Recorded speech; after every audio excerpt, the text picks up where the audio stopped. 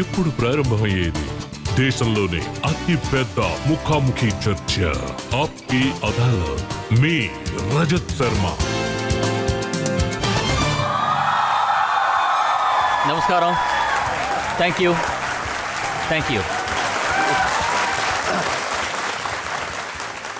ఆప్కి అదాలత్కి మీ అందరికీ స్వాగతం. ఆప్కి అదాలత్లో ఇవాల్టి మన అతిథి, ఆయన ఎలాంటి సూపర్ స్టార్ అంటే ఆయన సినిమాలన్నీ కూడా ప్రపంచవ్యాప్తంగా ఆదరకొడుతున్నాయి. ఈయన ఎలాంటి సూపర్ స్టార్ అంటే ఈయన ముంబై ఫిలిం ఇండస్ట్రీలో తనకంటూ ఒక పేరు సంపాదించుకున్నారు. ప్లీజ్ వెల్కమ్ గదార్లోని దరా సింగ్, సనీ డియోల్.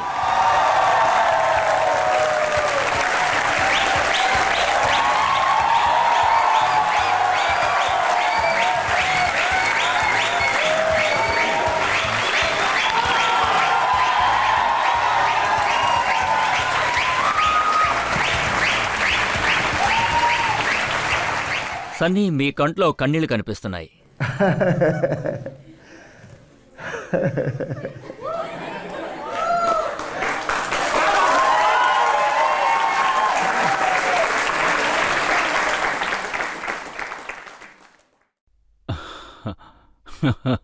మీకు కోట్ల కొద్దీ ప్రజల అభిమానం దొరికింది. వీళ్ళందరి అభిమానం చూస్తే ఎంతో సంతోషంగా ఉంది.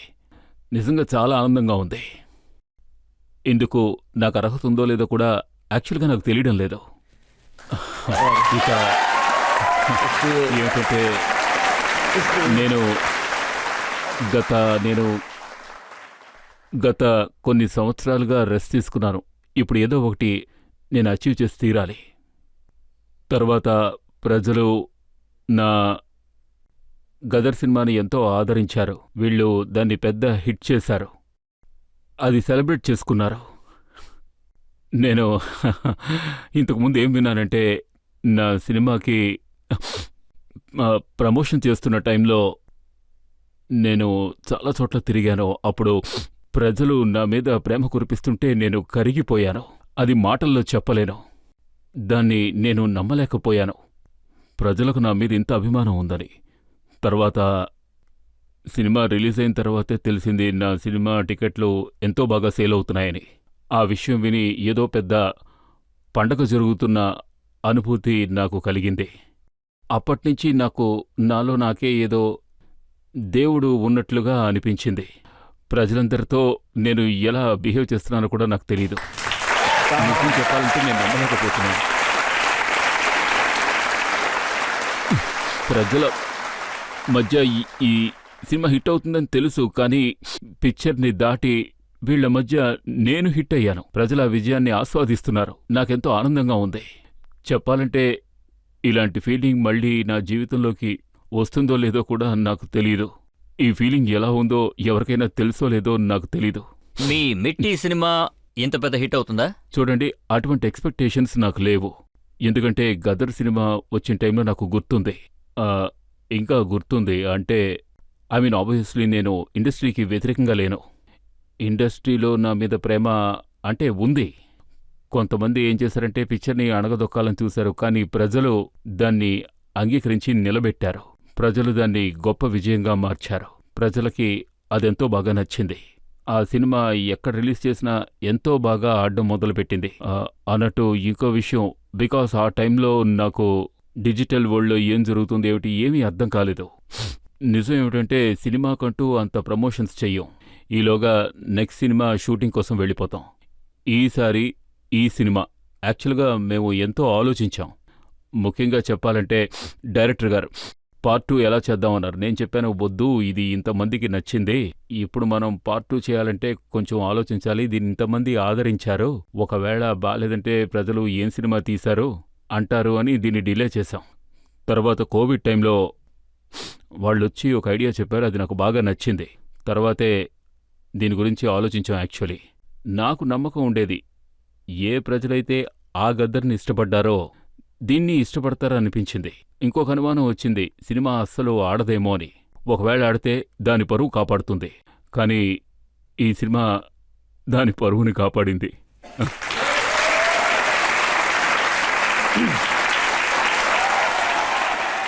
సో ఇవాల్టి మన కేసుని మొదలు పెడదాం. ఆప్కి అదాలత్లో మొదటి ఆరోపణ సూపర్ స్టార్ సన్నీ డియోల్ గారి మీద. ఆప్కి అదాలత్లో సూపర్ స్టార్ సన్నీ డియోల్ మీద మోపిన మొదటి ఆరోపణ ఈయనకి పొగరు ఎక్కువైందని. సనీ, ఇది నిజమేనా? ఈ సినిమా ఫీల్డ్ లో ఇది సూపర్ హిట్ అయింది, గదర్ పెద్ద సక్సెస్ అయింది. ప్రజలు ఏమంటున్నారంటే ఈ సినిమా హిట్ అయిన దగ్గర నుంచి మీకు అసలు తల తోక అర్థం కాలేదు, జవాన్ కనిపించట్లేదు, సుల్తాన్ కనిపించట్లేదు, పఠాన్ కూడా కనిపించట్లేదు, బాయ్జాన్ కనిపించట్లేదు, అంతా తారా సింగే, అవునా?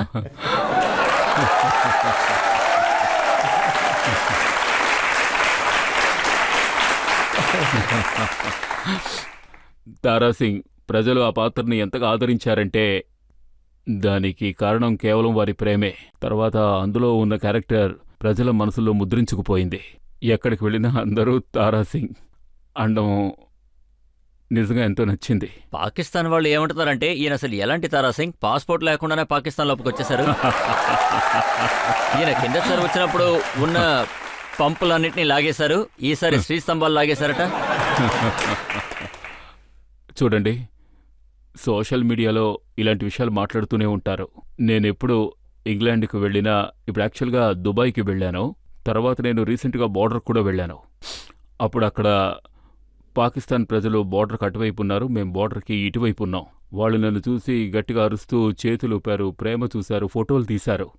అలాగే తర్వాత నేను దుబాయ్కి వెళ్ళినప్పుడు కూడా ఎంతోమంది వచ్చి నన్ను కలిశారు, ప్రేమగా వచ్చి హత్తుకుని ఎంతో బాగా గ్రీట్ చేశారు. సహజంగానే అందరికీ మా మీద ప్రేమ ఉంటుంది, ఎందుకంటే మేము కళాకారులం, అందరూ చూడాలనే సినిమాలు తీస్తూ ఉంటారు. అటువంటప్పుడు మేము ఆబ్వియస్లీ ఎన్నో క్యారెక్టర్లు చేయాల్సి ఉంటుంది. మామూలుగా ఒక సినిమా అంటే ఒక హీరో, ఒక విలన్ ఉంటాడు, కానీ మేమెప్పుడూ ఎవరికి వ్యతిరేకంగా ఉండం. ఆ తర్వాత దారాసింగ్ ఎటువంటి క్యారెక్టర్ అంటే పాకిస్తాన్లో నివసించడానికి సిద్ధమే, అవసరమైతే ఇండియాలో నివసించడానికి సిద్ధమే. ఏ కుటుంబం అతన్ని ఆదరిస్తుందో అక్కడికి వెళ్ళి ఉంటాడు. అతనికి అతని కుటుంబమే ముఖ్యం, ఇంకేం కాదు. చాలా ఇంట్రెస్టింగ్ అయిన కమెంట్ ఒకటి చదివాను. పాకిస్తాన్ నుంచి ఎవరో ఒక ఆయన రాశారు, 22 సంవత్సరాల క్రితం ఆయన పంపుని విరక్కొట్టారు, ఇక్కడ నీళ్ళు లేకుండా పోయినాయి, ఇప్పుడు స్తంభాల్ని లాగారు, మాకు కరెంట్ లేకుండా పోయింది.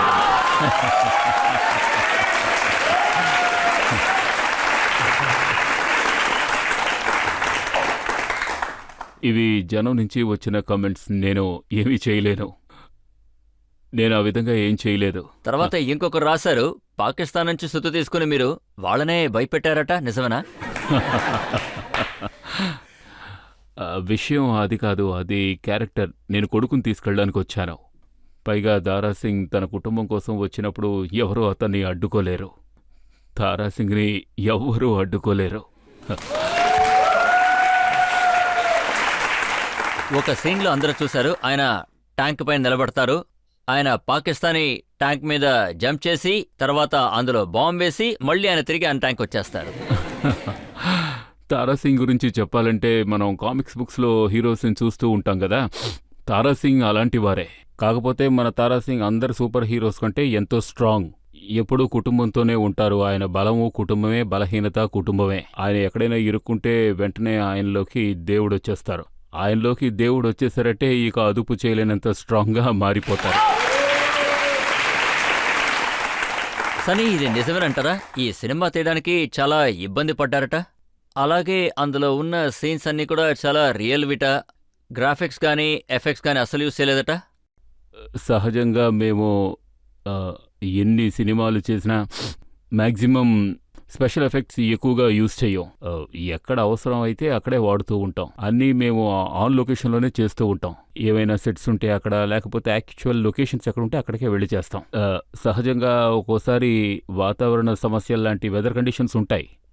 ఆ తర్వాత ముఖ్యంగా చెప్పాలంటే ఈ కాలంలో అందరి దగ్గర కెమెరా ఫోన్స్ ఉంటున్నాయి. మేము ఎక్కడికి వెళ్తే ఆ వెనకాలే వస్తాయి. ఫ్యాన్స్ అందరూ వీడియోలు తీసుకుంటూ మా వెనకాలే వచ్చేస్తూ ఉంటారు. యాక్చువల్లీ అది కూడా ఒక ప్రాబ్లం, ఎందుకంటే మేము షూటింగ్లో ఉంటాం, కానీ మాకు మా సినిమా రావడానికి 1 year పట్టొచ్చు, కానీ ఈ వీడియోస్ ద్వారా మా సీన్స్ బయటకు పోతూ ఉంటాయి.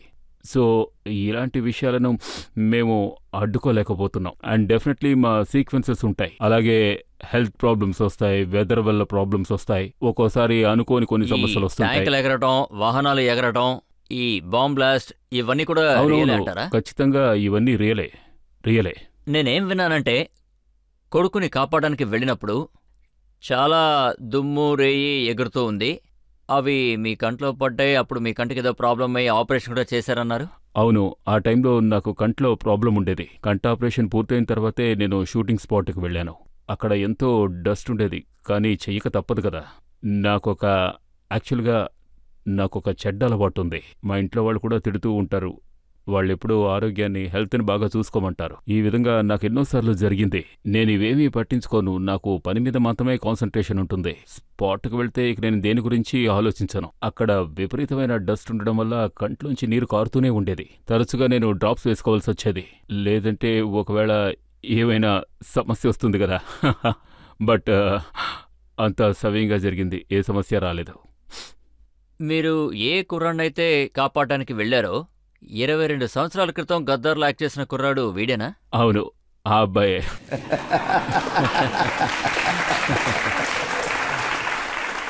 ఆ అబ్బాయే.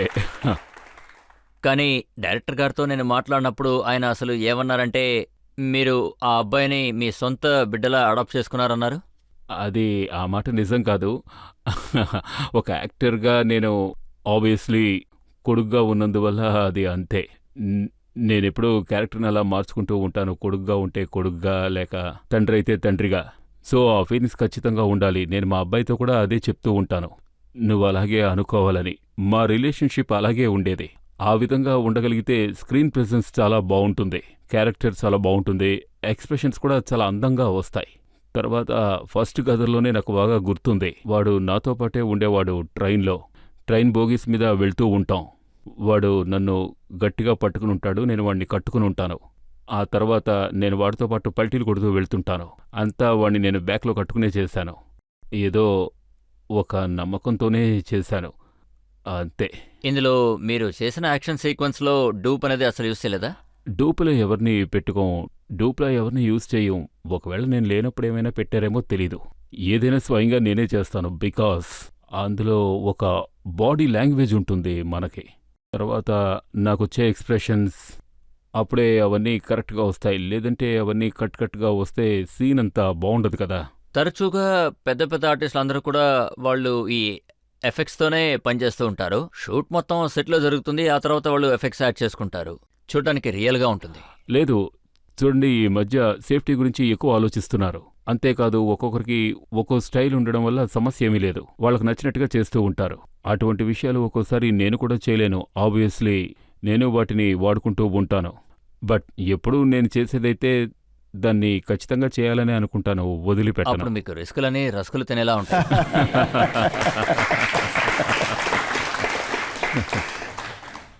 కోరికేం లేదు, కానీ నేను స్పోర్ట్స్ మ్యాన్ కావడం వల్ల ప్రతిదీ నేను స్పోర్టివ్గానే తీసుకుంటూ ఉంటాను.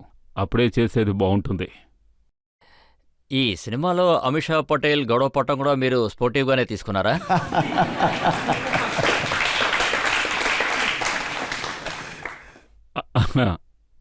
అలాంటి విషయాలకి నేను కొంచెం దూరంగానే ఉంటాను. అక్కడ సీన్ కొంచెం రివర్స్ అవుతుందని తెలియగానే నేను దూరంగా వచ్చేస్తూ ఉంటాను. షూటింగ్ అప్పుడు ఆవిడకి డైరెక్టర్కి చాలా ఆర్గ్యుమెంట్స్ జరిగాయట. అవును, కానీ అలాంటి టైంలో నేను అక్కడ ఉండను. ఒకవేళ ఉన్నా అది వాళ్ళు చూసుకోవాలి. కానీ వాదన జరుగుతూ ఉంటుంది. అటువంటివి జరగకుండా ఉంటేనే బాగుంటుంది. కానీ నేనెప్పుడూ ఏం చెప్తుంటానంటే, ఆర్గ్యుమెంట్స్ జరిగినా కూడా మనిషి ఆ స్థితిలో ఉండకూడదు. ఒకరు ఎక్కువగా మాట్లాడుతుంటే విన్నామంటే ఎవరిది కరెక్టో ఎవరిది తప్పో తెలిసిపోతుంది. ఒక్కోసారి జరగకూడను కూడా జరుగుతూ ఉంటాయి. ఆ తర్వాత తలుచుకుని బాధపడుతూ ఉంటారు. ఇవన్నీ చోట్ల జరుగుతూనే ఉంటాయి. That's the way of life. అప్పుడు ఆవిడ మీ దగ్గరికి రాలేదా, అన్నయ్య నా సమస్య తీర్చమని? ఎప్పుడూ ఎవరూ నా దగ్గరికి రారు, ఎందుకంటే వాళ్ళకి బాగా తెలుసు నా గురించి యాటిట్యూడ్ ఉంటుందని. గదర్ సక్సెస్ తర్వాత నాకేమనిపిస్తోందంటే దేవుడు నా ప్రార్థన విన్నాడని. ప్రజలు ఎవరైనా ప్రశ్న అడగాలనుకుంటే ఇప్పుడు అడగచ్చు. ఇప్పుడు చూసారంటే మీ మూవీ గదర్ 2 రిలీజ్ అయింది కదా, తర్వాత బాక్సాఫీస్లోనూ చాలా హిట్ అయింది. ఈ సక్సెస్ని చూసిన తర్వాత గదర్ 3 ఏమన్నా ఐడియా ఉందా మీకు?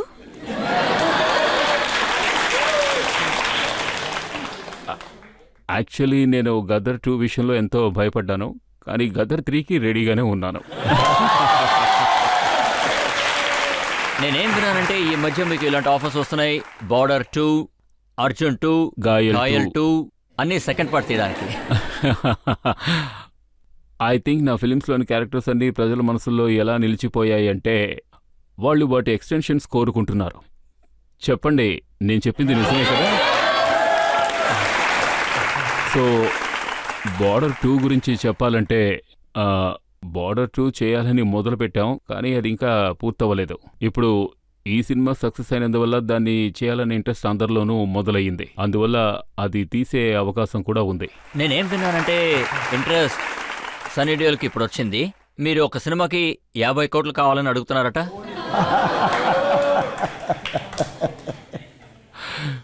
చూడండి, డబ్బు తీసుకుంటున్నామో లేదో కానీ ప్రొడ్యూసర్స్ అది వాళ్ళు చూసుకుంటారు, యాక్టర్స్ వాళ్ళు ఇచ్చింది వాళ్ళు తీసుకుంటారు. సినిమాకి 5 కోట్లు వస్తున్నాయంటే 50 కోట్లు అడగచ్చు కదా.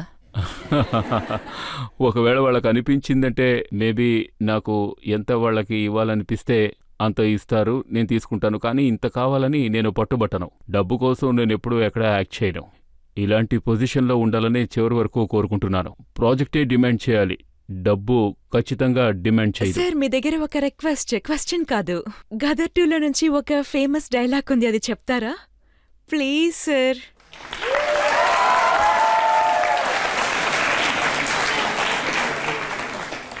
हिंदुस्तान हिंदुस्तान जिंदाबाद था, जिंदाबाद है और जिंदाबाद रहेगा।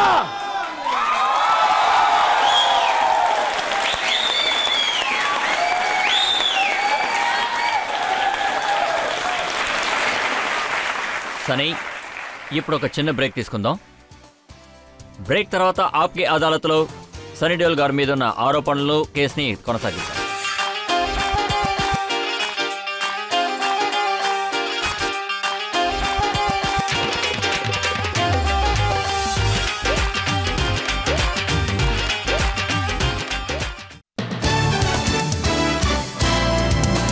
Welcome back. ఇవాటి మన ఆప్కే అదాలత్లో గెస్ట్ సన్నీ డియోల్. ఆయన మీద తర్వాత ఆరోపణ ఇదిగో ఇప్పుడు చూద్దాం.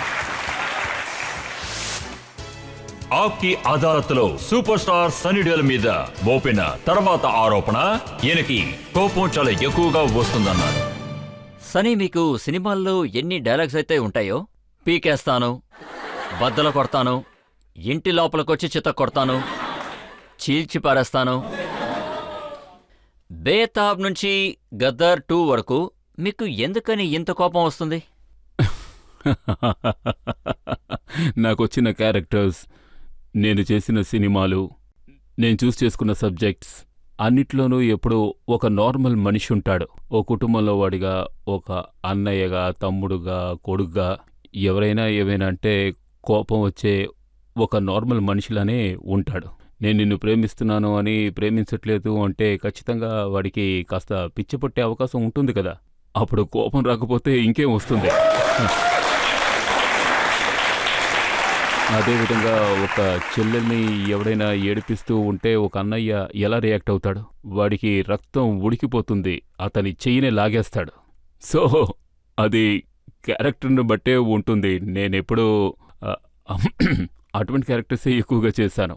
సంహౌ ప్రజలకు కూడా అలాంటి సినిమాలే నేను చేసిన వాటిలో ఎక్కువగా నచ్చాయి. ప్రజల అభిమానానికి కారణం అదే. అమెరికాలో మీరు డైలాగ్ డెలివరీ చేసినప్పుడు మీరు భయపడిపోయారా? అంటే అమెరికాలో అవునవును, జోబోలి సోనేహాల్ షూటింగ్ జరుగుతోంది.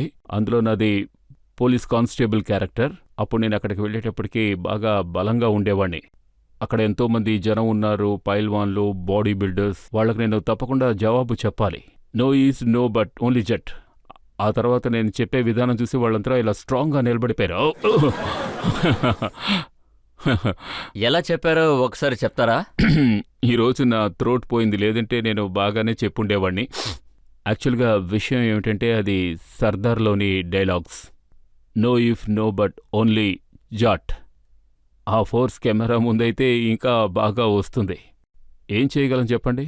పంజాబీ, సర్దార్, మాలో ఉన్న పవర్ ఆటోమేటిక్గా బయటకొచ్చేస్తూ ఉంటుంది. అదే రక్తం దేశాన్ని సంరక్షిస్తూ ఉంది.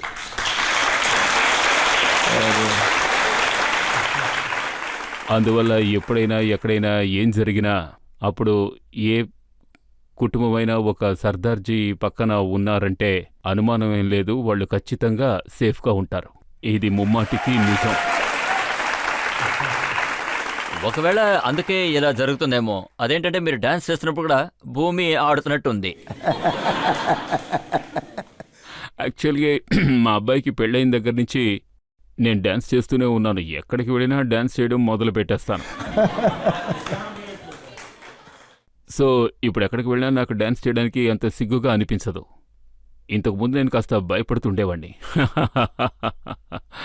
జీత్ సినిమాలో సాంగ్ని షూట్ చేస్తున్నప్పుడు మీరు చాలా భయపడిపోయారు, అలాగే సెట్ నుంచి అందరినీ పంపించేశారు. అవును, అప్పుడు నేను డాన్స్ చేయాలని నిర్ణయించుకున్నాను. నాకు ఎంతవరకు వచ్చో అదే నేను చేశాను. అప్పుడు వాళ్ళు దాన్ని ఏమనేవారంటే ఏదో యాంటీ కిల్లింగ్ డాన్స్ అనేవారు, అంతే. దామ్ ధూమ్ దామ్ ధూమా. బట్ క్యారెక్టర్ మంచిది, ఒక సింపుల్ క్యారెక్టర్ అలాగే డాన్స్ చేస్తూ ఉంటుంది. పైగా ఆ సినిమాలో నేను అలాగే చేశాను. ఆ సినిమాలో పాటలు ఎంతో బాగున్నాయి, ప్రజలకు ఎంతో బాగా నచ్చాయి. వాటిని వాళ్ళు ఎంతగానో లైక్ చేశారు, ఎంజాయ్ చేశారు. యారా చెప్పండి, మీరేదైనా చెప్పాలనుకున్నారా? హలో సార్, నా పేరు స్నేహ. సార్, మీ దగ్గర మనసుపూర్తిగా రిక్వెస్ట్ పెడుతున్నాను. మీ మూవీలో ఒక సూపర్ హిట్ సాంగ్ ఒకటుంది, సామినే మూడాయా మీ సబ్ కుచ్ చోడాయా. ఆ సాంగ్ కి మాకోసం డాన్స్ చేస్తారా ప్లీజ్ సార్?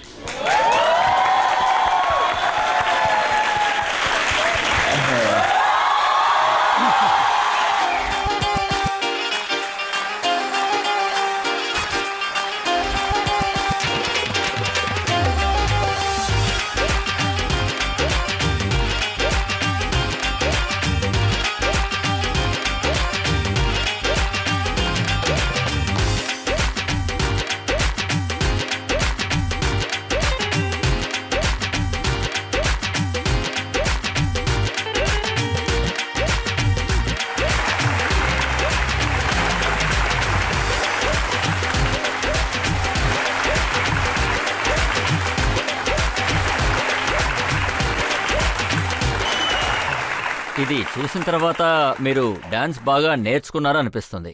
అవును, నేను చెప్పాను కదా, ఈ మధ్య నేను డాన్స్ చేయాలనుకుంటే చాలు మేబీ నేను నెక్స్ట్ ఫిల్మ్లో మ్యూజిక్ కూడా చేసేయచ్చు. ఎందుకంటే ధరంజీ గారి గురించి ప్రజలు ఏమంటారంటే ఆయనకి డాన్స్ చేయడం రాదు, ఒకవేళ డాన్స్ చేయడానికి దిగారు అంటే స్టేజ్ అదిరిపోతుందట. మా నాన్నగారికి ప్రత్యేకంగా ఒక స్టైల్ ఉంది, మాస్ ఉంది. తర్వాత ఆయన డాన్స్ చేయడం మొదలు పెడితే చేస్తూనే ఉంటారు. ప్రజలు ఆయన డాన్స్ని ఎంతో ఆరాధిస్తూ ఉండేవారు. నిజం ఏమిటంటే 90% of people are not real dancers. So వాళ్ళు మమ్మల్ని బాగా ఐడెంటిఫై చేస్తారు. మాకు ఊరికే చేతులు ఆడించడం మాత్రమే తెలుసు, ఇలా ఇలా ఇలా. మనం ముందు మీ కోపం గురించే మాట్లాడుకున్నాం, కానీ తర్వాత మీరు డాన్స్ గురించి మాట్లాడారు. ఈ విషయం అందరికీ బాగా గుర్తుంది. మీరు షారుఖ్ ఖాన్తో డాన్స్ చేసేటప్పుడు జీన్స్ పాకెట్లో చేతులు పెట్టుకుని జీన్స్ ప్యాకెట్ని చించేశారట, ఇది నిజమేనా? అదే నేను చెప్పాను కదా, నా కోపం అనేది కాస్త కంట్రోల్లో ఉండదు. అటువంటి సిచ్యువేషన్లోకి నేను వెళ్ళిపోకూడదని ప్రయత్నిస్తూనే ఉంటాను. కానీ ఎప్పుడూ ఆ విధంగా ఏదో ఒకటి జరుగుతూనే ఉంటుంది. కానీ అది మంచిది కాదు. ఆబ్వియస్లీ సినిమాలో అటువంటిది జరిగింది. తెలీదు, నేను చెప్పాను కదా, మా జీన్స్ జెనెటికల్గా అటువంటి విషయాలు జరుగుతుంటే వాటిని కంట్రోల్ చేయడం అనేది కొంచెం కష్టం. ప్రయత్నించినా సాధ్యం కాదు. సో మీరు రియల్ లైఫ్లో ఎవరైనా కొట్టారా? అవును, కాలేజీలో చదువుతున్నప్పుడు ఎక్కువగా గొడవలు జరుగుతుండేవి, ఎక్కువ గొడవలు. కానీ ఆ టైంలో సిచ్యువేషన్స్ అలాగే ఉండేవి. ఆ టైంలో 70s అప్పటి పరిస్థితులు అవి గ్యాంగ్స్గా ఉండేవారు, గొడవలు జరుగుతూ ఉండేవి. అప్పట్లో అంతే, ఎవరైనా చూస్తే చాలు వై ఆర్ యూ స్టారింగ్ మీ అని చెప్పి, నువ్వు చూసావు కదా నేను కొడతానని చెప్పి గొడవలు జరుగుతూ ఉండేవి. ఊరికే అలాగే గొడవలు మొదలవుతూ ఉండేవి. అప్పట్లో వాటిని ఆస్వాదించేందుకు దేవుడికి థ్యాంక్స్ చెప్పుకోవాలి. నేనెంతో లక్కీ, ఎందుకంటే పెద్దగా గాయాలేమీ కాలేదు. సో మీకు అందువల్ల దెబ్బలు తగలేదా లేదా మీ ఆపోనెంట్కి దెబ్బలు తగలేదా? నాకు పెద్దగా ఏం కాలేదు, బానే ఉన్నారు, అంటే క్షేమంగా ఉన్నాననే మీ చెప్పాలి. గురించి తెలిసిన వాళ్ళందరూ కూడా ఇది చెప్తుంటారు సన్నీ. మీరు 6 ప్యాక్ యాబ్స్ చూపించరు, కానీ మీరు చాలా స్ట్రాంగ్గా ఉంటారు అని. చూడండి, ఈ విషయం సిక్స్ ప్యాక్సో బాడీ బిల్డింగో దానికి సంబంధించింది కాదు. ఆ తర్వాత మీకు పవర్ ఉందా లేదా అన్నది అసలు విషయం కాదు. పవర్ అనేది ఎవరికైనా ఎక్సర్సైజ్ చేయడం వల్ల వస్తుంది కదా. బాడీ బిల్డింగ్ చేసేవాళ్ళు వీళ్ళందరూ ఫిట్గా ఉండాలనే చేస్తున్నారు. కానీ ఈ రోజుల్లో ప్రజలు సప్లిమెంట్స్ ఎక్కువగా వాడుతున్నారు. ఇప్పుడు నేను యంగ్స్టర్స్ అందరికీ అడ్వైస్ ఇస్తున్నాను. చూడండి, నేను ఐఎమ్ ఫిట్, కానీ నేను ఇలాంటివి ఎప్పుడూ ఏం చేయలేదు. ముఖ్యంగా మీకు చెప్పేది ఏమిటంటే, మీరు ఎక్స్ట్రాగా చేసి ఊరికే టైర్డ్ అయిపోకూడదు. గుర్తుంచుకోండి, మిమ్మల్ని మీరు బాధ పెట్టుకోకూడదు. ఈ మధ్య ఇదొక ఫ్యాషన్ అయిపోయింది. ఎవరిని అడిగినా నువ్వు ఇవన్నీ తినాలి, ఇంకా ఎక్సర్సైజ్ చేసావంటే నువ్వు ఇలా అయిపోతావు, మనం కూడా అతనిలాగే చేసావంటే చాలు మనకు కూడా సిక్స్ ప్యాక్స్ వచ్చేస్తాయి. అది మిమ్మల్ని మీరే డ్యామేజ్ చేసుకోవడంతో సమానం. పైగా మీరు మిస్టర్ యూనివర్సో మిస్ యూనివర్సో అవ్వాల్సిన అవసరమేం లేదుగా. కాబట్టి ఎందుకు అనవసరంగా ఇలాంటి ప్రాసెస్? సనీ, మీరెలా తింటారు? పరోటాలో బాగా వెన్న వేసుకుని తింటారా? పరాటా, వెన్న ఇవన్నీ నేను ఎక్కువగానే తింటూ ఉంటాను. పెద్దగా డైట్ చేసేవాడిని కాదు. ఇది తినకూడదు అది తినకూడదు అన్న ఆంక్షలేం లేవు. నేను I can eat this, I can eat that. పైగా మీకు వయసు ఇంకా ఎంతో ఉంది కదా. పైగా మీరు కొండలను తిన్నా నిమిషాల్లో జీర్ణం అయిపోతూ ఉంటుంది. ఎందుకు అనవసరంగా భయపడ్డాం? ఈ కాలంలో మిమ్మల్ని ఇంకో విషయం ఇబ్బంది పడుతుందని విన్నాను, అది సోషల్ మీడియా. వాళ్ళు రాసేవన్నీ మీరు చూస్తుంటే మీకు చాలా కోపం వస్తుందట. మొదట్లో నాకెంతో కష్టంగా ఉండేది.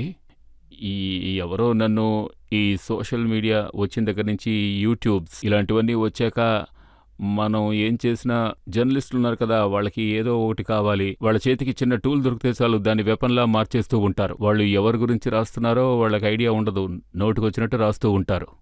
వాళ్ళెవరు ఏమిటి అనేది ఆలోచించరు. తర్వాత నిజం తెలిసిందంటే దాని గురించి ఎంతో ఫీల్ అయిపోతూ దాన్ని ఒక పెద్ద విషయంలో క్రియేట్ చేస్తారు. ఎందుకంటే వాళ్ళకి ఇదో మత్తు లాంటిది. నేనేం విన్నానంటే మీరొక ప్రైవేట్ పర్సన్. అసలు మీ ఇంట్లో ఏం జరుగుతుందో బయట ఎవ్వరికీ ఏమీ తెలీదట. కూతురు పెళ్లి జరిగేటప్పుడు వీడియోస్ అన్నీ కూడా సోషల్ మీడియాలో వచ్చేసాయి. ఏం జరుగుతుందో ప్రపంచం మొత్తం తెలిసిపోయింది. మొదట్లో నేను కొంచెం అప్సెట్ అయ్యాను. తర్వాత 2-3 వీడియోలు చూసిన తర్వాత నేను మా బంధువుల మీద ఎంతగానో కోప్పడ్డాను. ఇలాంటి పని చేయడానికి మీకు సిగ్గులేదు, నేను ఇలా ఉన్నప్పుడు మీరెందుకు ఫోటోలు తీశారు అని నేను 2-3 బాగా తిట్టేశాను. ఆ తర్వాత ఏవైనా ఫంక్షన్స్ జరుగుతుంటే ఫోన్స్ తీసుకుని ఇట్నుంచి ఫోటోలు తీయడం అట్నుంచి ఫోటోలు తీయడం చూశాను. But end of the day నేనేమీ చేయలేకపోయాను. ఏం జరుగుతుందో జరగని.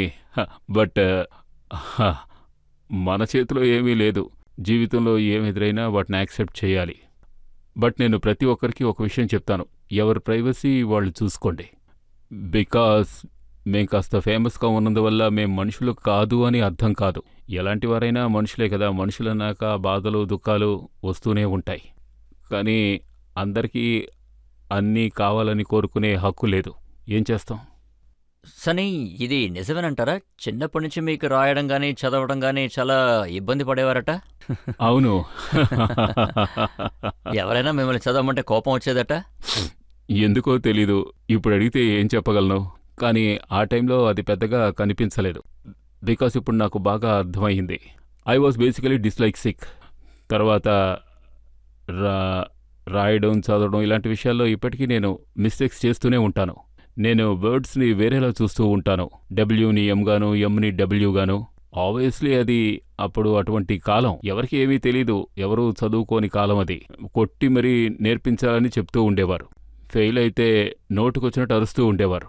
బట్ సమ్హౌ నేను స్కూల్లో ఉన్నప్పుడు మా టీచర్స్ అందరూ నాకు ఐక్యూ టెస్ట్ కూడా పెట్టారు. అప్పట్లో నా ఐక్యూ హైగా ఉండేది. సో అందుకే కాబోలు ఐ వాజ్ ఏబుల్ టు విషయాలన్నీ అర్థం చేసుకోగలిగాను. 35% మార్కులు తెచ్చుకుని పాస్ అయిపోతూ ఉండేవాడిని. మీరు చాలా గొప్ప విషయం చెప్పారు. మీరు డిస్లెక్సీ వల్ల చాలా ఇబ్బంది పడ్డారట. సో ఇప్పుడు ఎవరెవరికైతే ఇలాంటి ప్రాబ్లం ఉందో వాళ్ళందరూ ఇది చాలా బాగా అర్థం చేసుకోగలుగుతారు, అవునా? అంటే సక్సెస్ అవ్వగలరు అని. అవును, డెఫినెట్లీ. ఎటువంటి మనిషికైనా ఒక చిన్న షార్ట్ ఫాల్ ఉంటే ఆ తర్వాత అతను ఇంకా స్ట్రాంగ్గా మారిపోతాడు. వాడు ఆ షార్ట్ ఫాల్ని కవర్ చేయాలని కోరుకుంటాడు. ఎంతో కష్టపడి పనిచేస్తాడు. ఆ షార్ట్ ఫాల్ని మార్చాలన్న మైండ్ సెట్లోనే ఉంటాడు. బట్ అందరూ అలా ఉండరు. కొంతమంది స్కూల్లో పిల్లలందరినీ ఇబ్బంది పెడుతూ ఉంటారు. ఇలాంటి వాళ్ళని ఇబ్బంది పెడుతూ ఉంటారు. ఇప్పుడు ఒక మనిషి పర్సనాలిటీ స్ట్రాంగ్గా లేదంటే పాపం అతడు అందరూ అతన్ని వెనక్కి నెట్టేస్తారు. ఆమిర్ ఖాన్ గారి తారే జమీన్ పర్ సినిమాలో వాటన్నిటిని బాగా హైలైట్ చేస్తుంటారు. అవును, చాలా మంచి cinema. I think it's very important that we all understand. కొంచెం టైం పడుతుంది వాళ్ళు రూట్లోకి రావడానికి. వాళ్ళే వాళ్ళని ఎంతో జాగ్రత్తగా చూసుకోవాలి. మొదట్లో మీకు చదవటం రాయడంతో పాటు మాట్లాడడానికి కూడా భయపడేవారు, మైకం చూస్తే భయపడేవారట. అవును, అప్పట్లో నాకు భయంగా ఉండేది. ఇప్పుడు నేను బాగానే మాట్లాడుతున్నాను. అప్పట్లో నాకు మైక్ ఇస్తే ఏం మాట్లాడాలో కూడా తెలీదు. అప్పట్లో ఎంతో దారుణంగా ఉండేది. జనం వీడి ఎక్కువ అరగంటని భావిస్తూ ఉండేవారు. వాళ్ళ దగ్గరకు వెళ్ళి నేను అరగంట కాదు అని వాళ్ళకి కన్విన్స్ చేసి చెప్పలేను కదా. నేను అలా ఉండలేకపోయాను. సో సన్నీ, మీకు రాయడంలో ప్రాబ్లం, చదవడంలో ప్రాబ్లం, మాట్లాడడంలో ప్రాబ్లం, కానీ ఆ తర్వాత మీరు ఇంత పెద్ద సూపర్ స్టార్ అయ్యారు. అంతా దేవుని అనుగ్రహం, ఆయన ఆశీర్వాదం. ఐ మీన్ ఇవన్నీ జరుగుతాయి, కానీ ఎన్నటికీ ఏ విషయంలోనూ ఓటమిని మాత్రం నేను అంగీకరించలేను. ఇప్పటికీ అంతే, కుదరకపోయినా దాని వెంట పడతాను.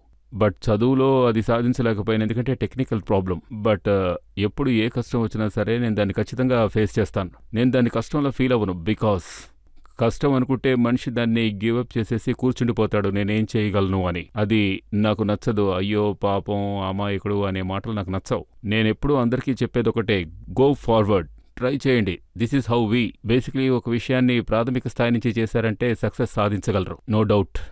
సనీ, ఎవరెవరికైతే ఈ లోపాలు ఉన్నాయో వాళ్ళందరికీ ఇది ఒక చాలా మంచి మెసేజ్. మిమ్మల్ని చూసిన తర్వాత వాళ్ళందరికీ ఒక నమ్మకం వస్తుంది, వాళ్ళు కూడా జీవితంలో ఏదో ఒకటి సాధించగలరు అని. 100%. ఉదాహరణకు నన్నే తీసుకోండి.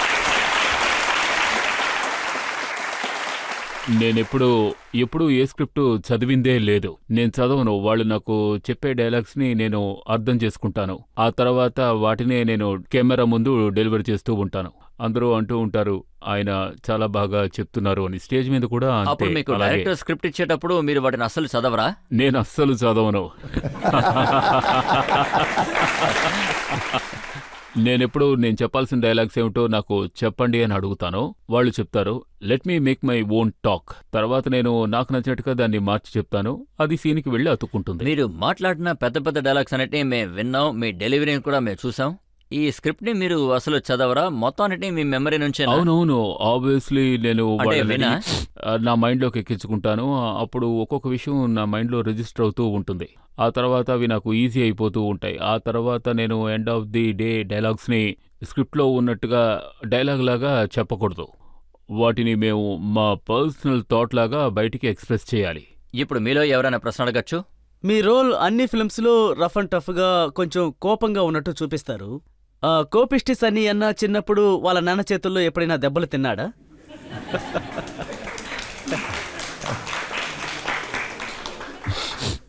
ఇంట్లో నన్ను కొట్టని వాళ్ళంటూ ఎవ్వరూ లేరు. అంత అల్లరివాణ్ణి.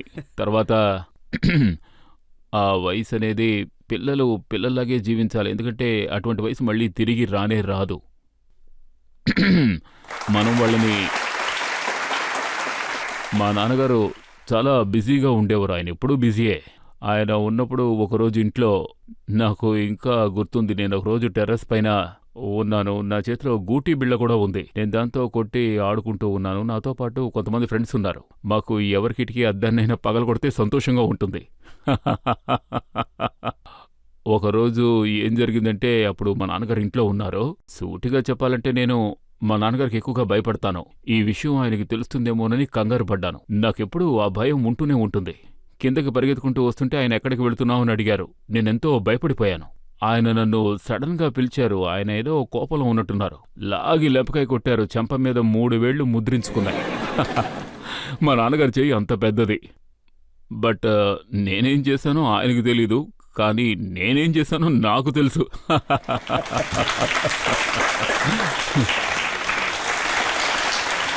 ఇప్పుడు మరొక బ్రేక్ తీసుకుందాం. బ్రేక్ తర్వాత ఆప్కి అదాలత్లో సన్నీ దేఓల్ గారి మీద కేసుని కొనసాగిద్దాం.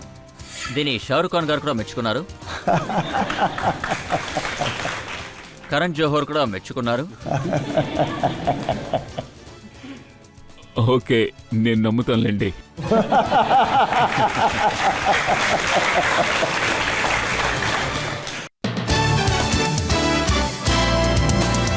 Welcome back. ఇవాల్టి ఆప్కి అదాలత్లో మన అతిథి సూపర్ స్టార్ సన్నీ దేఓల్. ఆప్కి అదాలత్లో తర్వాత ఆరోపణ. ఆప్కి అదాలత్లో సూపర్ స్టార్ సన్నీ దేఓల్ గారి మీద వేసిన తర్వాత ఆరోపణ ఇదే. ఈయన చాలా అన్గ్రేట్ఫుల్. సనీ, ఫిలిం ఇండస్ట్రీ వాళ్ళు ఏం చెప్తున్నారంటే ఈ ఫిలిం ఇండస్ట్రీ మీకు ఎంతో ఇచ్చింది, మిమ్మల్ని ఇంత పెద్ద స్టార్ని చేసింది, ముంబై ఫిలిం ఇండస్ట్రీనే ఇదంతా మీకిచ్చింది. కానీ మీరేమంటున్నారంటే industry did not believe in me, ఇక్కడ నాకు ఫేర్ ట్రీట్మెంట్ దొరకలేదని అన్నారట. You are very right. But ఏం జరుగుతుందంటే అక్కడ ఉన్న పరిస్థితులు, అక్కడ ఏం జరుగుతుందంటే మా నాన్నగారి కేపబిలిటీని ఆయన ఇండస్ట్రీ మొత్తం డెలివర్ చేశారు. ప్రారంభం నుంచి నేను ఈ కేపబిలిటీని ఇంకెవరి దగ్గర చూడలేదు. అదేవిధంగా ఇంకెవరూ ఇంతదిగా అప్రిషియేట్ చేయడాన్ని నేను చూడలేదు. సో అందుకే నేను ఇలా చెప్తున్నాను. ఇంకా రెండో విషయం ఏమిటంటే మేమెప్పుడూ ఇటువంటి పనులు చేసిందే లేదు. ఐ మీన్ స్టూడియో వాళ్ళు కానివ్వండి, లేదంటే పెద్ద పెద్ద ప్రొడ్యూసర్లు కానివ్వండి, అలాగే కొందరు డైరెక్టర్స్ కానివ్వండి, వెంటనే మాతో మింగిల్ అవ్వరు. నేనెప్పుడు వర్క్ చేసిన కొత్త డైరెక్టర్లు, న్యూ కమర్స్తోనే వర్క్ చేశాను. ఎక్కువగా నేను ఎంజాయ్ చేసింది కూడా అదే. బికాస్ వాళ్లలో ఉన్న ఇంట్రెస్ట్, ప్రూవ్ చేసుకోవాలన్న ఆ ఫైర్ కూడా ఎక్కువగానే ఉంటుంది. సో నా పల్స్ కూడా వాటితో పాటు కలుస్తూ ఉంటుంది. ఆ విధంగా నేను ఎన్ని సినిమాలు చేసినా కూడా, ఉదాహరణకి గాయల్, అందరూ యాక్చువల్గా న్యూ కమర్స్ అనే చెప్పాలి. వాళ్ళందరూ కూడా కొత్త కొత్త యంగ్స్టర్స్గానే వచ్చారు. మొదట్లో కూడా ఒక రాహుల్ వాస్తవ్స్ అనే ఓ కొత్త కుర్రాడితోనే చేశాను. జేపీ దత్త, ఆయన కూడా కొత్త కుర్రాడే, అప్పట్లో డైరెక్టర్గా వచ్చారు. మన్మోహన్ సింగ్ దేశాయ్ సినిమా, అప్పట్లో కొత్త డైరెక్టర్ల సినిమాలు వస్తూ ఉండేవి. కానీ మేము మా రాష్ట్రానికి చెందిన సినిమాలు తీసుకుని ఇలా వాళ్లతో ఎప్పుడూ కొత్తవైతే బాగుంటుందని చెప్పి వాళ్లలోని ఫైర్తో ఉండే థాట్స్ని బయటకు తెప్పించేవాళ్ళం. వాళ్లలో అడ్వాన్స్డ్ థాట్స్ అనేవి ఉంటాయి. సో ఎప్పుడైనా పెద్ద స్టూడియోలో పెద్ద పెద్ద ఫ్యామిలీస్ అన్నీ, పెద్ద పెద్ద ఫిలిమ్స్ అన్నీ చేస్తున్నప్పుడు వాళ్ళెవరూ నాకు ఆఫర్ చేయలేదు. కానీ అంతేకాకుండా మీ గద్దర్ రిలీజ్ తర్వాత చాలా మంది మెచ్చుకున్నారు. సల్మాన్ ఖాన్ గారు ట్వీట్ చేశారు, సినిమా పోస్టర్ గురించి ట్వీట్ చేశారు. ఆయన ఏమన్నారంటే 1.5 కిలో చెయ్యి 40 కోట్ల ఓపెనింగ్ కి ఈక్వల్ అన్నారు.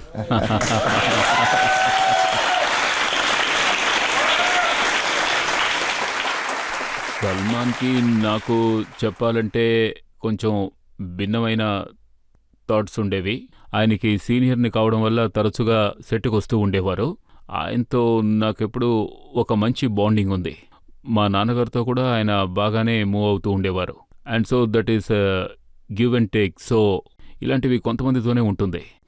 తర్వాత ఆబ్వియస్లీ నా కొలీగ్స్ కొందరు ఉన్నారు. I have really good bonds with everyone. కాకపోతే నాకు ఏమనిపిస్తూ ఉంటుందంటే నేను నచ్చిన వాళ్ళకి నచ్చుతాను, నచ్చకపోతే నచ్చను. దీన్ని షారుఖ్ దానికి ఖాన్ గారు ఉంది. కూడా మెచ్చుకున్నారు.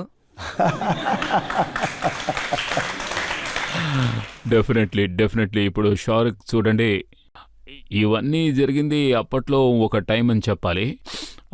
ఆ టైంలో జరిగిన విషయాలు ఏవి ఇప్పుడు లేవు, ఫేడ్ అవుట్ అయిపోయాయి. అందరూ మర్చిపోయారు. మనుషులమేగా, గుర్తుండవు. అవన్నీ గుర్తుండవు, మామూలే కదా. సో డెఫినెట్లీ తర్వాత నేను షారుఖ్ కలుసుకున్నాం. మేము ఎప్పుడు కలిసిన సినిమాల గురించి ఎక్కువగా మాట్లాడుకుంటాం, ఫిలిమ్స్ గురించే మాట్లాడుకుంటూ ఉంటాం. మొన్న నా ఫిల్మ్ రిలీజ్ అయినప్పుడు కూడా ఫ్యామిలీతో వచ్చి చూశారు. ఆ తర్వాత హీ కాల్డ్ మీ అప్, చాలాసేపు మాట్లాడారు. ఇదంతా కూడా నిజంగా ఎంతో మంచిదనే చెప్పాలి. కరణ్ జోహర్ గారు కూడా మెచ్చుకున్నారు. ఓకే, నేను నమ్ముతానులేండి.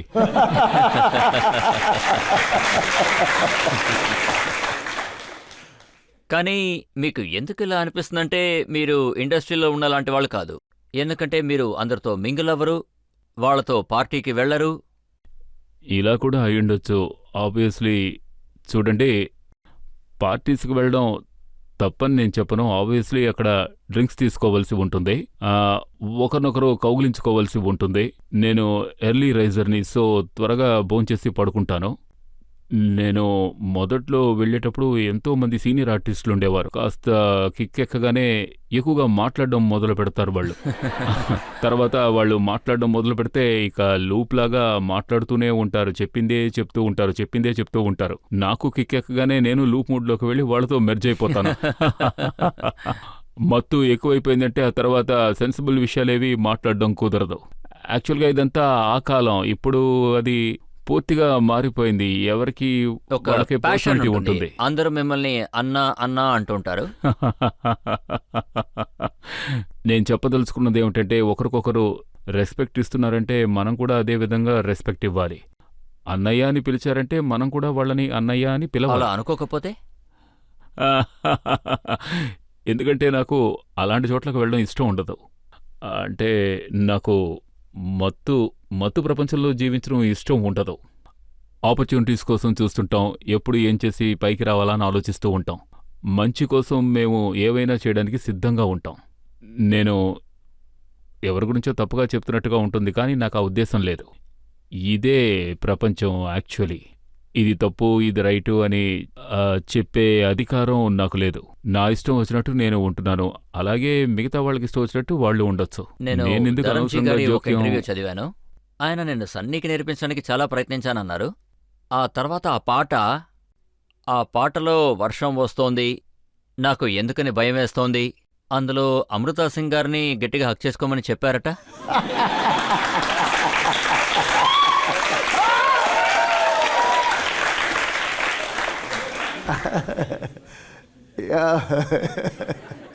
కానీ సన్నీ వల్ల కాలేదు. ఖచ్చితంగా ట్రై చేయాలనుకుంటే చేసేవాడిని, కుదరదనేం కాదు. బేసికలీ నేనెంతో షై టైప్ వ్యక్తిని. బాగా సిగ్గెక్కువ నాకు. చిన్నప్పుడైతే ఎంతో సిగ్గుపడుతుండేవాణ్ణి. సహజమే, ఒక్కొక్కరిది ఒక్కో టైప్ పర్సనాలిటీ. నా పద్ధతి ఇటువంటిది. సో ఇప్పుడు అలాగే ఉన్నారా లేదా హక్ చేసుకుంటున్నారా? అవన్నీ నేను డైలాగ్స్లోనే సింపుల్గానే ముగిస్తాననుకుంటున్నాను. కానీ అంతేకాదు, నేను కొద్దిగా మారడానికి ప్రయత్నిస్తున్నాను. అందరితో బాగా మింగిల్ అవ్వాలని ప్రయత్నిస్తున్నాను. నేను కొద్దిగా ఈ మధ్య మారుతూనే ఉన్నాను. ఇప్పుడు కాకపోతే ఇంకెప్పటికీ మారను. కానీ ఇవాళకి చాలా మంది డైరెక్టర్స్ చెప్తున్నారు సనీతో పనిచేయడం చాలా కష్టమని. ఇది నిజమేనా? ఎందుకంటే ఆయన టర్మ్స్కే పనిచేస్తారు అన్నారు. అబ్బే, అటువంటిదేం లేదు. ఆ విధంగా నేను టర్మ్స్ అండ్ కండిషన్స్ ఎప్పుడూ పెట్టిందే లేదు. వాళ్ళ స్క్రిప్ట్ కూడా వినను. వాళ్ళకి 10 రోజులు కావాలా, 100 రోజులు కావాలా అని కాల్ షీట్ మాత్రమే అడుగుతూ ఉంటాను. నేను సినిమా చేస్తున్నానంటే క్రియేటివ్గా ఎన్నో విషయాలు ఉండాలి. ఒక బిడ్డని ప్రసవిస్తున్నట్టే అందుకోసం అందరూ ఎంతగానో కష్టపడాల్సి ఉంటుంది. సో దానికోసం అందరూ నిజాయితీగా ఎంత కృషి చేస్తున్నారో అందుకు తగ్గ మంచి ఫలితాన్ని. నేను మీకు 2-3 ఎగ్జాంపుల్స్ ఇస్తాను. జేపీ దత్తా గారిది బార్డర్ సినిమా మీరు చేశారు. ఆయన రెండో ప్రాజెక్ట్ని స్టార్ట్ చేశారు, కానీ వెంటనే ఆపేశారు. లేదు, ఆయన స్టాప్ చేయలేదు. అందుకే నేను చెప్పాను, ఆయన 2015లో జేపీ గారు బార్డర్ 2 చేయాలనుకున్నారు. కానీ ఆ టైంలో నా సినిమా ఒకటి రిలీజ్ అయ్యి సరిగ్గా ఆడలేదు. సో ఆబ్వియస్లీ ఇండస్ట్రీలో నాకే కాదు ఎవరికైనా అంతే. ఏం చేస్తాం, సినిమా ఆడలేదంటే ఇంకొక సినిమా తీయడానికి ఎవరికి గట్స్ ఉండవు. ఇప్పుడు ఈ సినిమా హిట్ అవగానే అందరూ వచ్చి నేను ఈ సినిమా తీస్తాను, ఆ సినిమా తీస్తాను అంటున్నారు. ప్రపంచం ఇలాగే ఉంటుంది సార్. మీ సినిమాలు చాలా హిట్ అయ్యాయి, అలాగే చాలా సినిమాలు కూడా మధ్యలోనే ఆగిపోయాయి, అవునా?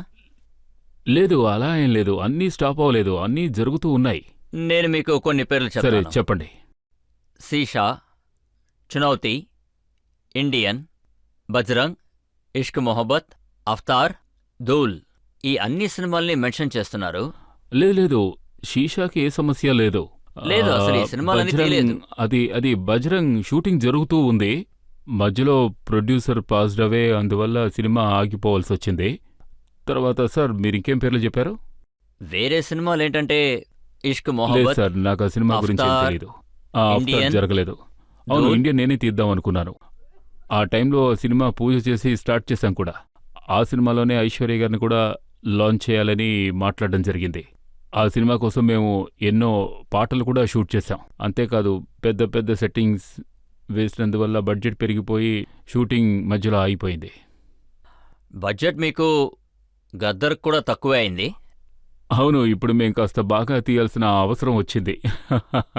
సినిమా బాగా హిట్ అయినందువల్ల దానికోసం ఎక్కువ ఖర్చు పెట్టాల్సి వచ్చింది. ఎంతో ఎఫర్ట్ తీసుకుని పనిచేసినందువల్ల సినిమా కూడా హిట్ అయింది. అందుకే మీకు అంత గొప్ప సక్సెస్ లభించింది. ఏ సినిమా అయితే మీరు 50-60 కోట్లకి చేశారో అవి 500 కోట్లు తీసుకొచ్చి పెట్టాయి. ప్రజలే ఆ స్థాయికి తీసుకెళ్లారు.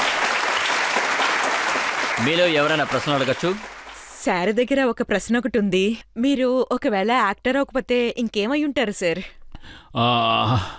చూడండి, నేను చిన్నప్పుడు కాలేజీ పూర్తయిన తర్వాత నాకు యాక్చువల్గా డ్రైవింగ్ మీద ఎంతో ఎక్కువ ఇంట్రెస్ట్ ఉండేది. రేసింగ్ అలాగే ర్యాలీ రేసింగ్ కూడా వెళ్ళాలని ఎంతో ఇష్టపడుతూ ఉండేవాణ్ణి. ఆ తర్వాత నాకు బాక్సింగ్ అంటే కూడా ఇంట్రెస్ట్ ఉండేది. కానీ ఇంట్లో వాళ్ళు నన్ను అటువైపు అస్సలు వెళ్ళనివ్వలేదు. మా పేరెంట్స్ ఎంతో స్ట్రిక్ట్గా ఉండేవారు. పైగా నేను బాగా చదవలేదు. ఒక మాటలో చెప్తే నేను ఒక వీక్ స్టూడెంట్ని. ఆబ్వియస్లీ లోపల ఎన్నో ఆశలు ఉండేవి. కానీ అంతా మారిపోయి ఒక పరిస్థితిలో నాకు యాక్టింగ్ చేయాలన్న కోరిక కలిగింది. నాకు సిగ్గు ఎక్కువగా మాట్లాడడం చేత కాదు. సో నేను మా నాన్నగారితో చెప్పడం నాకు గుర్తుంది, డాడీ నాకు యాక్టింగ్ చేయాలని ఉంది అని. అప్పుడు ఆయన నీ ఇష్టం, నీకేమనిపిస్తే అది చెయ్యి అని చెప్పారు. ఇక్కడ అందరికీ నేను తెలుసు నేనెలా యాక్టర్ని అవ్వగలను. ఎందుకంటే ఇక్కడ బాగా మాట్లాడేవాళ్ళు ఉంటారు, తప్పుగా మాట్లాడేవాళ్ళు ఉంటారు. ఈ ఫీల్డ్లో ఒక నార్మల్ మనిషిగా పనిచేయడం అనేది చాలా కష్టం. కొద్ది రోజులు దూరంగా ఎక్కడికైనా వెళ్దామని నిర్ణయించుకుని అప్పుడు నేను ఇంగ్లాండ్కి వెళ్ళాను. బ్రమింగ్హామ్లో అక్కడ ఒక ఓల్డ్ థియేటర్ ఉంది. అక్కడికి వెళ్ళి నేను అడ్మిషన్ తెచ్చుకున్నాను. శశి కపూర్ గారు నాకు అడ్మిషన్ ఇప్పించారు. వాళ్ళ అబ్బాయి కుణాల్ కూడా అక్కడే ఉండేవారు. నేను అక్కడికి వెళ్ళిపోయిన తర్వాత నా గురించి ఎవరికీ పెద్దగా తెలియనందువల్ల అక్కడ నేను స్టేజ్ వర్క్ చేయడం మొదలుపెట్టాను. నాకు ఇంకా గుర్తుంది, నన్ను ఏదైనా డైలాగ్ చెప్పమంటే వెంటనే గుర్తొచ్చేది కాదు. నేను రిటర్న్ చేస్తూనే ఉండేవాణ్ణి. అండ్ 1.5 year నేను అక్కడే ఉండిపోయాను. ఆ తర్వాత నాకు ఇప్పటికీ గుర్తుంది, నేను బయలుదేరేటప్పుడే వాళ్ళు నాకు ఒక సర్టిఫికెట్ కూడా ఇచ్చారు. అందులో నాకు 2-3 మార్క్స్లో డిస్టింక్షన్ మిస్ అయింది. అండ్ ఆబ్వియస్లీ ఇంకేం ఉండదు, నా లాంగ్వేజ్ ప్రాబ్లం అయి ఉంటుంది. లిటరేచర్ నాకెప్పుడూ ప్రాబ్లమే. నాకింకా గుర్తుంది, అక్కడ నా టీచర్, ఆవిడ ఇంగ్లీష్ టీచర్, ఒక స్టేట్మెంట్ రాసిచ్చారు. నాకు ఇంకా గుర్తుంది, you will never become an actor అని. సార్, నాకు ఒక రిక్వెస్ట్ ఉంది, క్వశ్చన్ కాదు. మీ మూవీస్ లో చాలా మంచి మంచి డైలాగ్స్ ఉంది, కానీ జనాలకి ఫేవరెట్ డైలాగ్ ఒకటి ఉంది, హే డాయ్ కిలో కా హాత్. సార్ మాకోసం ఒక్కసారి చెప్పండి ప్లీజ్ సార్.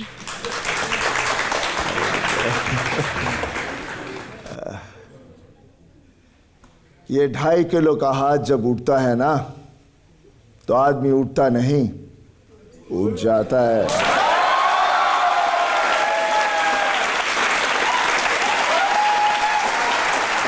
ఇప్పుడు ఒక చిన్న బ్రేక్ తీసుకుందాం. బ్రేక్ తర్వాత ఆప్కే అదాలత్లో సన్నీ దేఓల్ గారి మీద కేసు ఇంకా ఆరోపణలు కొనసాగుతాయి. ఒక వ్యక్తి చెప్పారు, ఆర్మీ విషయాన్ని పక్కన పెట్టండి, సన్నీ దేఓల్ గారు నా ముందుకొస్తే నా చేతికి ఎంత పవర్ ఉందో చూపిస్తానన్నారు. మనం దాన్ని పర్సనల్గా తీసుకోకుండా ఉంటే మంచిదే.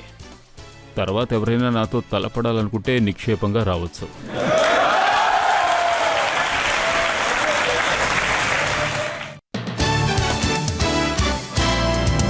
Welcome back. ఇవాల్టి ఆప్కే అదాలత్లో ఇవాళ మనం సూపర్ స్టార్ సన్నీ దేఓల్ గారిని ప్రశ్నలు అడుగుతున్నాం. ఆప్కే అదాలత్లో తర్వాత ఆరోపణ. ఆప్కి అదాలత్లో సూపర్ స్టార్ సన్నీ దేఓల్ గారి మీద మోపిన తర్వాత ఆరోపణ, ఆయన ఒక ఇర్రెస్పాన్సిబుల్ మ్యాన్. సన్నీ, ఈ ఆరోపణ పాకిస్తాన్ ప్రజల నుంచి వచ్చింది. వాళ్ళు ఏమన్నారంటే సినిమాల్లో మమ్మల్ని చాలా వీక్గా చూపిస్తున్నారని. ఒక వ్యక్తి ఏమన్నారంటే, ఆర్మీ విషయాన్ని పక్కన పెట్టండి, సన్నీ దేఓల్ గారు నా ముందుకొస్తే నా చేతికి ఎంత పవర్ ఉందో చూపిస్తానన్నారు.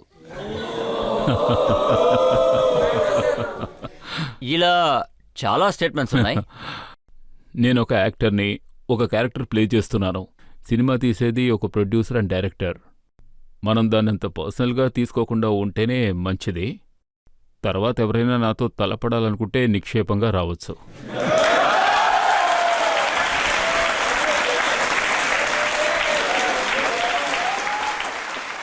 ఇంకో పాకిస్తానీ ఇలా అన్నారు, అదేంటంటే ఇన్షా అల్లా సన్నీ దేఓల్ పాకిస్తాన్కి వచ్చేటప్పుడు ఆర్మీ ఆయనకి జవాబు చెప్తుంది, ఆయన సినిమాలు తీసుకోవచ్చు కానీ నిజానికి ఏమీ చేయలేరన్నారు. రియల్గా నేను ఒక సోల్జర్ని కాదు, నేను ఒక యాక్టర్నని తరచూ చెప్తుంటాను. ఒక సోల్జర్ అనేవాడు పరాయి దేశాలకు ఎందుకు వెళ్తుంటాడు? ఎక్కడైనా సమస్యలు, పొలిటికల్ ఇష్యూస్ తలెత్తితేనే కదా. ఇండియా లెవెల్లో ఏదైనా పెద్ద సమస్య వస్తేనే వెళ్తాడు. అంతేకాకుండా ఒక సోల్జర్ ఇంకో సోల్జర్తో పోరాడాలని ఎప్పటికీ కోరుకోడు. కానీ మనం దేశం కోసం ఇవన్నీ చేయాల్సి వస్తోంది. ఎవరు ఎవరి ప్రాణాలు తీయాలని కోరుకోరు.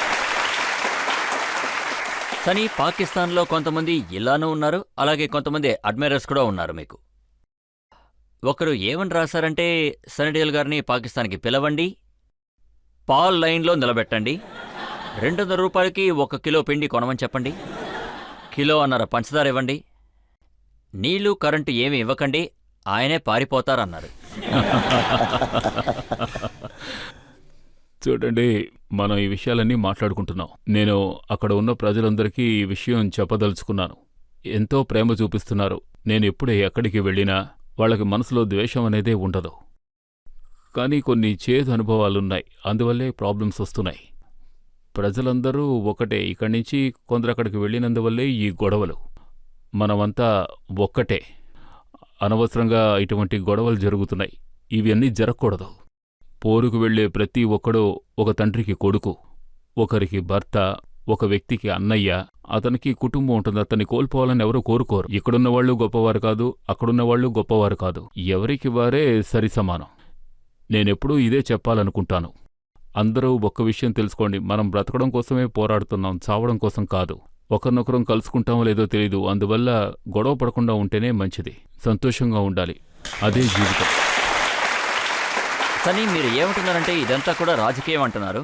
ఆ రాజకీయాల్లో మీరు కూడా ఒకప్పుడు ఉన్నారు కదా, అంటే మెంబర్ ఆఫ్ పార్లమెంట్గా ఉన్నారు కదా, కానీ మీరు ఎప్పుడు పార్లమెంట్కి వెళ్ళలేదు. మీ రికార్డ్ని నేను చెప్పనా? అవును, రికార్డు సరిగ్గా లేవు. నేను ఒక ప్రశ్న కూడా దాని గురించి అడగలేదు. 3 సంవత్సరాల్లో 19 సార్లే వెళ్ళారు. ఖచ్చితంగా. 2021 వింటర్ సీజన్లో ఒక్కసారి కూడా వెళ్ళలేదు. 2024 వింటర్ సెషన్లో వెళ్ళలేదు. 2023 మాన్సూన్ సెషన్లో కూడా వెళ్ళలేదు. అటెండెన్స్ 0. ఈ విషయంలో నా అటెండెన్స్ బాగా లో. నేను ఈ విషయం చాలా మంచిదని కూడా చెప్పను. కానీ నేను పాలిటిక్స్లోకి వచ్చిన తర్వాత చూస్తే నాకు ఏమనిపించిందంటే ఇది నా లోకం కాదు అని. నేను నా కాన్స్టిట్యుయెన్సీ కోసం ఏం చేయడానికన్నా సిద్ధంగానే ఉండేవాణ్ణి. ఇప్పటికీ చేస్తున్నాను, చేస్తూనే ఉంటాను. అందుకోసం నేను అక్కడికి వెళ్తున్నానో లేదో కానీ చేస్తాను. ఎందుకంటే నేను అక్కడికి వెళ్తే ఖచ్చితంగా ప్రాబ్లమ్స్ ఎక్కువగా వస్తాయి. సెక్యూరిటీ సమస్య ఉంటుంది. ఆ టైంలోనే కోవిడ్ కూడా వచ్చింది, సమస్యలు వచ్చాయి. యాజ్ బీయింగ్ ఏ యాక్టర్ నేను ఎప్పుడు ఎక్కడికి వెళ్ళినా అక్కడ జనం గుమిగూడుతూ ఉండేవారు. ఆ తర్వాత నేను అక్కడికి వెళ్ళిన తర్వాత అది నా షార్ట్ కమింగ్. తర్వాత నేను ఒక యాక్టర్ని కావడం వల్ల ఆబ్వియస్లీ వేలు చాపేస్తూ ఉంటాను. ఇలా ఎన్నో గొడవలుంటాయి. సో నాకు నమ్మకం ఉంది. నేను ఇప్పుడు తీసుకురాలేదు, కానీ మేము చేసిన ఎన్నో పనుల లిస్ట్ నా దగ్గరుంది. ఎన్నో పనులు చేశాను. నేను మిగిలిన వాళ్ళలా కానే కాదు. చేసే పనుల గురించి బయటకు చెప్పుకుంటూ ఉండను. చేయడం అనేది నా బాధ్యత. వాటిని చేస్తూనే ఉన్నాను, చేస్తూనే ఉంటాను. సో యాజ్ పాలిటిక్స్ ఆబ్వియస్లీ ఇది నా ప్రొఫెషన్. నేనిక్కడ ఫిట్ కానే కాదు. బికాస్ 2024 ఎలక్షన్లో మీరు పోటీ పడబోతున్నారా లేదా? నో, ఇకపైన నేను ఖచ్చితంగా పోటీ చేయబోవడం లేదు. నేను చేయవలసింది మోడీ ఏమిటంటే గారు నేను మిమ్మల్ని ఒక పోటీ పడమని యాక్టర్ని. చెప్తారు. మోడీ గారు తప్పకుండా నా పరిస్థితి అర్థం చేసుకుంటారు. ఈ అబ్బాయి చెప్పింది కరెక్టే. యాజ్ ఏ యాక్టర్ ఈ అబ్బాయి చేయవలసింది చాలా ఉంది. ఇతను సినిమాలకే పనికొస్తాడు. ప్రజలు కూడా ఇదే కోరుకుంటున్నారు. అభిమానులు కూడా ఇదే కోరుకుంటున్నారు. నేను వాళ్ళకి మంచి సినిమాలు ఇవ్వాలి అని. మనకేమొచ్చో ఆ పని చేస్తేనే పురోగతి ఉంటుంది. మీరు ఇక్కడ ఎంతో మంది యూత్ ఉన్నారు. నేను మంచి ఫిల్మ్స్ ఇచ్చానంటే they will get motivated and they think positive. And I think they should always be positive and we should proud of all of us. Sunny, Vinod Khanna గారు కూడా పంజాబ్ నుంచి మెంబర్ ఆఫ్ పార్లమెంట్. ఆయన మంత్రిగా ఉన్నారు, చాలా పనులు చేశారు, కానీ ఆయన ఎప్పుడు కూడా ఎలాంటి కంప్లైంట్ చెప్పలేదు. చూడండి, ఆయన ట్రాక్ని చూస్ చేసుకున్నారు. ఆయన పాలిటిక్స్లోనే ఉండాలని కోరుకుంటున్నారు. నేనెప్పుడూ ఆ విధంగా కోరుకోలేదు. ఒకసారి నన్నొచ్చి కలవమన్నారు. సో అందుకే నేను వెళ్ళాను. నాన్నగారు కూడా అప్పుడు నన్ను వెళ్ళమని చెప్పారు.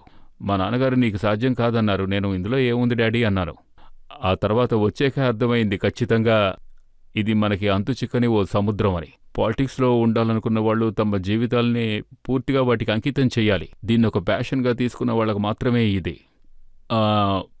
నాకిది సూట్ అవ్వలేదు. నేను పాలిటిక్స్కి సరైన వ్యక్తిని కాను. ఐల్ బీ ఏబుల్ టు యాక్చువల్గా నేను ఒక యాక్టర్ని, తర్వాత నేను డైరెక్టర్ అయ్యాను, ప్రొడ్యూసర్ అయ్యాను. ఆ తర్వాత అన్నింటినీ వదిలేశాను. నేను కేవలం ఒక యాక్టర్ని మాత్రమే. మీరు చెప్పింది కరెక్టే. మీరు ఒక ప్రొడ్యూసర్ అయి ఉండకూడదు. ఎందుకంటే ప్రొడ్యూసర్ అయిన తర్వాత మీరు తీసుకున్న లోనుకి బదులుగా మీ ఆఫీస్ వేలం పాటలోకి వచ్చేసింది. చూడండి, బిజినెస్లో ఇలాంటి విషయాలు తప్పవు. బిజినెస్లో ఎప్పటికైనా ఒక షార్ట్ కమింగ్ అనేది ఉంటుంది. కథని విన్న తర్వాతే ప్రొడ్యూస్ చేస్తున్నాం. ఆ తర్వాత మంచి ప్రాఫిట్స్ రాలేదంటే ఆస్తులు అమ్ముకునే సెటిల్ చేయాల్సి ఉంటుంది. ఎన్నో ప్రాబ్లమ్స్ వస్తాయి. నాకు అలా ఎన్నో ప్రాబ్లమ్స్ వచ్చాయి. సో ఇదే జరుగుతూ ఉంది. సో ఎప్పుడు మేము ఏం స్టార్ట్ చేసినా స్టాండ్ బైగా కొన్ని ప్రాపర్టీస్ మాకుంటాయి. ప్రాబ్లమ్స్ ఎదురైనప్పుడు మేము వాటిని డైల్యూట్ చేసేస్తూ ఉంటాం.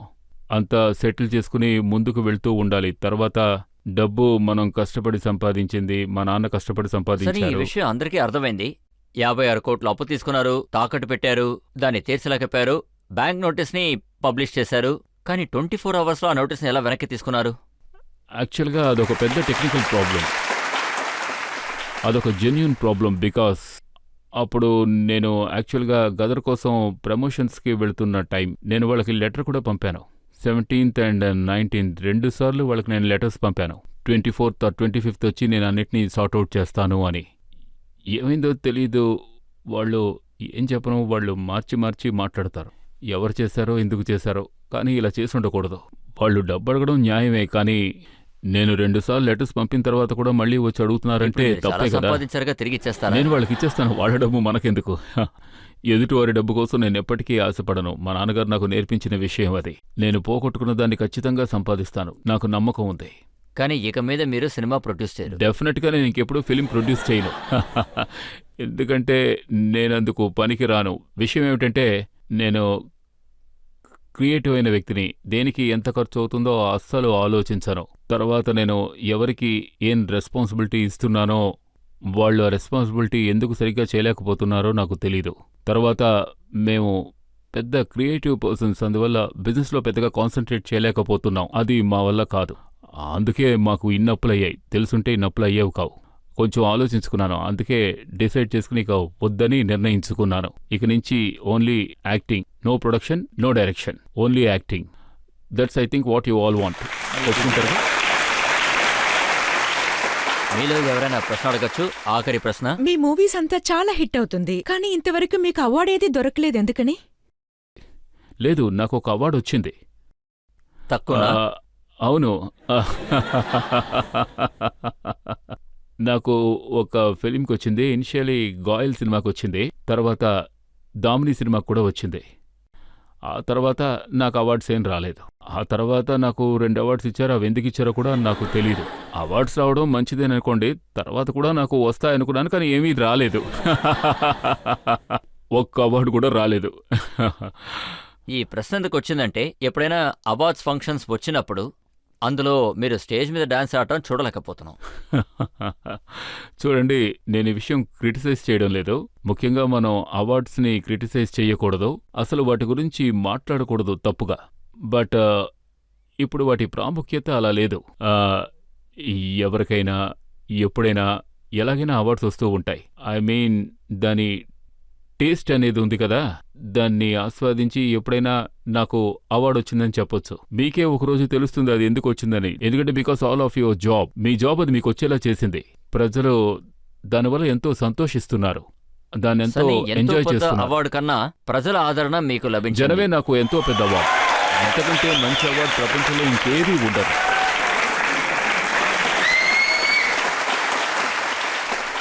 అందుకే నేను వీళ్లకు నచ్చిన సినిమాలే తీస్తున్నాను. నేను మీలాంటి ఒక కామన్ మ్యాన్నే. కాకపోతే నేను మీకు నచ్చిన సినిమాలు తీసే ఒక కామన్ మ్యాన్ని. నేను మీతోనే ఉండాలనుకుంటున్నాను. అందుకే నేనెప్పుడూ నా సినిమాలు మీకు నచ్చే విధంగా ఉండడానికే ప్రయత్నిస్తూ ఉంటాను.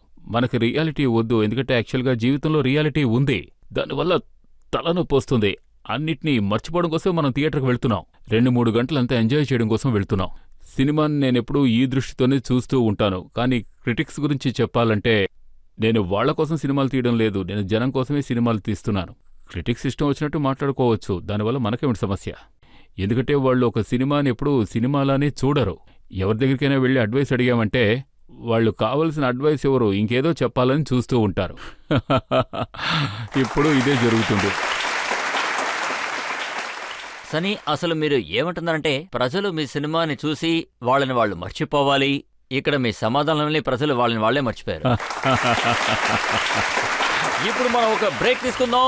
బ్రేక్ తర్వాత ఆప్కి అదాలత్లో ఇవాల్టి జడ్జ్ అయిన రుతికా మేహతా గారి తీర్పేంటో విందాం.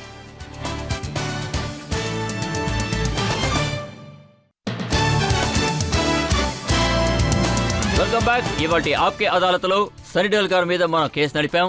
ఆయన సినిమా గద్దర్ గురించి మనం అడిగాం. ఆయన లైఫ్ గురించి, ఆయన ఫ్యామిలీ గురించి, ఆయన కోపం గురించి కూడా మనం అడిగాం. అలాగే ఆయన నిర్లక్ష్యం గురించి కూడా అడిగాం. ఇప్పుడు ఆప్కే అదాలత్లో మన జడ్జ్ రుతికా మేహతా గారి తీర్పు విందాం.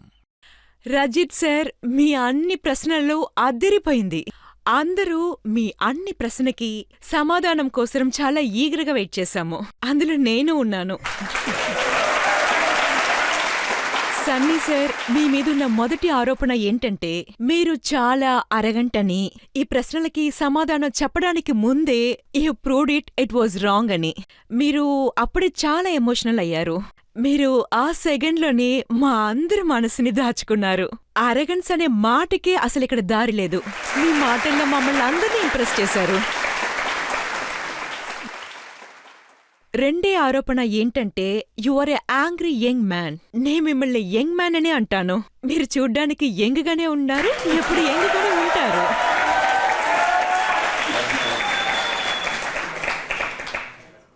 ఆ ఆరోపణ మీకు ఎప్పటికీ వర్తించదు. అది ఎందుకంటే అది మీ మూవీ సీన్స్ చూసినప్పుడే మాకందరికీ అర్థమైంది. మీకు కోపం చాలా తక్కువగాను, ఉత్సుకత ఎక్కువగాను ఉంది. అదే మీకు చాలా స్పెషల్.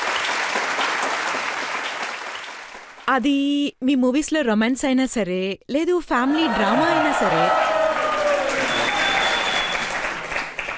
మీరు ప్రేమించడం కూడా చాలా ఇంట్రెస్టింగ్గా చేస్తున్నారు. మీ మూడే ఆరోపణ అన్గ్రేట్ఫుల్. ఈ ఇండస్ట్రీ ఎప్పటికీ ఎవరికి గ్రేట్ఫుల్గా ఉండదు. ఎవరి మూవీ హిట్ అవుతుందో వాళ్లే నెత్తినెక్కించుకుంటారు. ఈ ఇండస్ట్రీ మీకైనా డ్యూవుని ఇవ్వలేదనుకుంటాను. మీ మూవీ గదర్ 2 రంగంలోకి దిగిన తర్వాత అందరూ నోటి మీద వేలు పెట్టుకున్నారు. ఈ కోర్టు మిమ్మల్ని గౌరవంగా విడుదల చేస్తుంది. ఇదే విధంగా సనీ దేఓల్ గారు మనకి మరిన్ని హిట్స్ అందిస్తారని నమ్మకంతో, అలాగే ఆయన యాక్టింగ్ తో ప్రజల్ని ఆకట్టుకుంటారన్న నమ్మకంతో ఖచ్చితంగా ఆయన ఇంకో లెవెల్కి వెళ్తారు. దీంతో ఇవాల్టి ప్రోగ్రామ్ ని ముగిద్దాం. తర్వాత నేను ఇంకొక గెస్ట్ తో మిమ్మల్ని కలుస్తాను. అప్పటి వరకు సెలవు.